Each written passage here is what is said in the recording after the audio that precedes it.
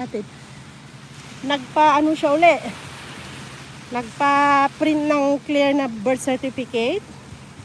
Tapos, nag-fill up uli siya ng supplemental report na para sa correction niya. Kasi walang middle name yung sa birth certificate niya.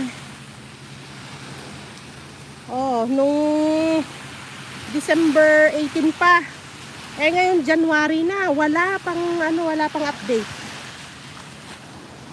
Makuha gayam kay may process namin. Kasi nung nagpaalam ako kila mo, sabi ko, paano yan? Ang hirap bumalik pag sabi ko, 1 taon na lang ako dito, uwi na ako, sabi ko kay amo. Tapos sabi nila, bakit? Ang hirap malayo sa asawa ko, sabi ko. Wag na, kunin na lang natin dito. Sabi nila, kaya yun. Eh, ang tagal ng process sa atin.